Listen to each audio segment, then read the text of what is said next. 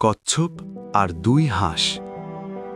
একটি সুন্দর গ্রামের পাশে ছিল একটি নীলচে পুকুর।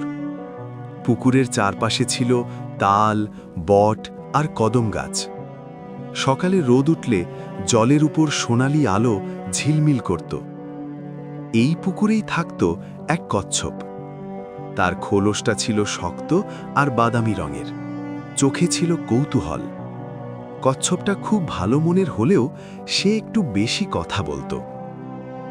একই পুকুরে থাকত দুটি সুন্দর সাদা হাঁস। তারা ছিল শান্ত, বুদ্ধিমান আর খুবই বন্ধুবৎসল। প্রতিদিন সকালবেলা তিনজন একসাথে বসে গল্প করত। কচ্ছপ একটার পর একটা কথা বলতেই থাকত।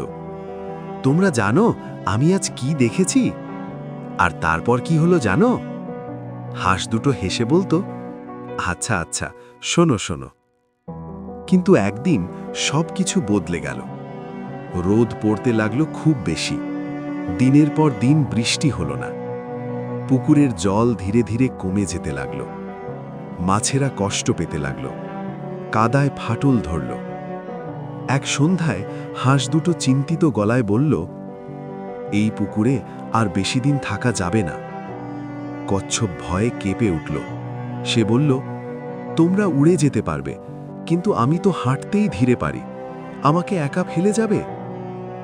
হাঁস দুটো একটু চুপ করে ভাবল। তারপর এক হাঁস বলল, আমাদের একটা উপায় আছে। তারা একটি শক্ত লম্বা লাঠি নিয়ে এলো। আরেক হাঁস বলল, আমরা দুজন লাঠির দুই মাথা ধরব, আর তুমি দাঁত দিয়ে মাঝখানটা ধরে থাকবে। কচ্ছপ খুশিতে লাফিয়ে উঠল যতটা পারে। তবে হাঁস দুটো খুব সিরিয়াস গলায় বলল, একটা কথা মনে রেখো, আকাশে উঠলে একদম কথা বলবে না। কচ্ছপ মাথা নেড়ে বলল, আমি কথা বলবো না, কথা দিচ্ছি। পরদিন সকাল, হাঁস দুটো ডানা ঝাপটাতে লাগল। আকাশে উঠল তারা। কচ্ছপ দাঁত দিয়ে লাঠি ধরে ঝুলে পড়ল। গ্রামের লোকজন আকাশের দিকে তাকিয়ে অবাক হয়ে গেল। দেখো দেখো, কচ্ছপ উড়ছে, কি আশ্চর্য! এই কথা শুনে কচ্ছপের মনে গরম লাগল। সে ভাবল, আমি উড়ছি না, আমাকে নিয়ে হাসাহাসি কেন? তার মুখ খুলতে ইচ্ছে করল। এক মুহূর্তের অসাবধানতা, কচ্ছপ কথা বলতে গেল। আর ঠিক তখনই লাঠি ছুটে গেল। ধাবাস! কচ্ছপ মাটিতে পড়ে গেল। ভাগ্য ভালো, সে বেঁচে গেল, কিন্তু খুব ব্যথা পেল।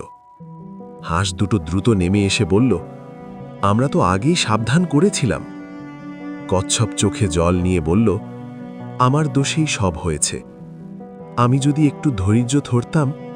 সে লজ্জায় মাথা নিচু করল। হাঁস দুটো মৃদু গলায় বলল, ভুল থেকে শেখাটাই আসল। কিছুদিন পর কচ্ছপ আবার সুস্থ হল। সে আগের মতো কথা কম বলতো, বেশি শুনত। আর হাঁস দুটোর কথা সে সব সময় মনে রাখত।